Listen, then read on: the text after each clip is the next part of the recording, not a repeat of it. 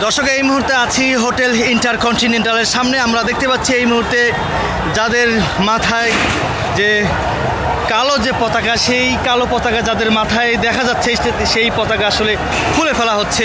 এবং আমরা আপনাদেরকে দেখানোর চেষ্টা করছি এই সড়কে, অর্থাৎ ঢাকার যে সড়কগুলো রয়েছে সেই সড়কে হাজার হাজার মানুষ ফিলিস্তিনের পতাকা নিয়ে কিন্তু ঐতিহাসিক সোহরাওয়ার্দী উদ্যানের পথে কিন্তু রওনা হয়েছে।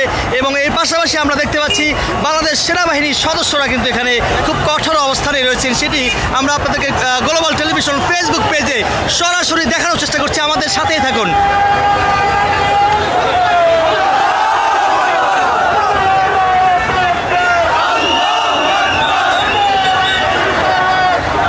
আজকে মার্চ ফর গাজায় এই যে কর্মসূচি, এই কর্মসূচিতে ডক্টর মিজানুর রহমান আজহারি তিনি যুক্ত হয়েছেন।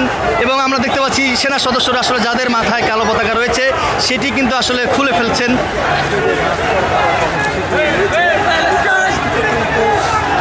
আমরা দেখতে পাচ্ছি এই মুহূর্তে একজন তার শিশুকে নিয়ে এই মার্চ ফর গাজা যে কর্মসূচি, সেই কর্মসূচিতে অংশগ্রহণ করেছেন। আমরা সেটি কিন্তু গ্লোবাল টেলিভিশন ফেসবুক পেজে সরাসরি আপনাদেরকে দেখানোর চেষ্টা করছি।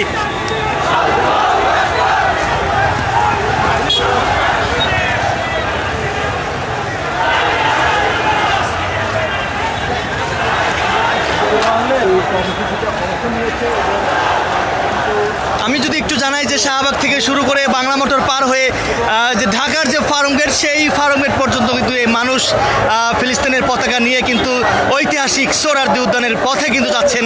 এবং এর পাশাপাশি হোটেল ইন্টারকন্টিনেন্টালের সামনেই অসংখ্য বাংলাদেশ সেনাবাহিনীর সদস্যরা খুব কঠোর অবস্থানে রয়েছেন। এই এলাকায়, এই সড়কে যেন কেউ বিশৃঙ্খলা সৃষ্টি করতে না পারে তার জন্য কিন্তু সেনা সদস্যরা এখানে খুব কঠোর অবস্থানে রয়েছেন। এবং যাদের মাথায় কালো পতাকা রয়েছে সেই পতাকা কিন্তু তারা খুলে ফেলছেন।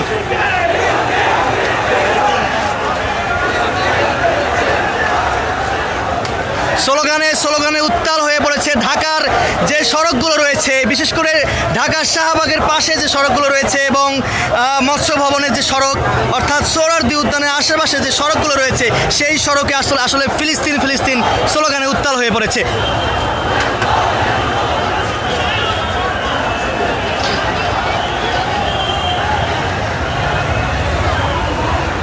নেতানিয়াহুর যে ছবি দিয়ে আসলে নিয়ে যাওয়া হচ্ছে এবং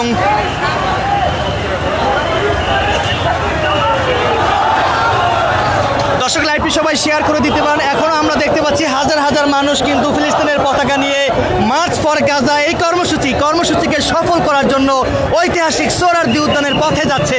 সেটি কিন্তু গ্লোবাল টেলিভিশন ফেসবুক পেজে সরাসরি আপনাদেরকে দেখানোর চেষ্টা করছি।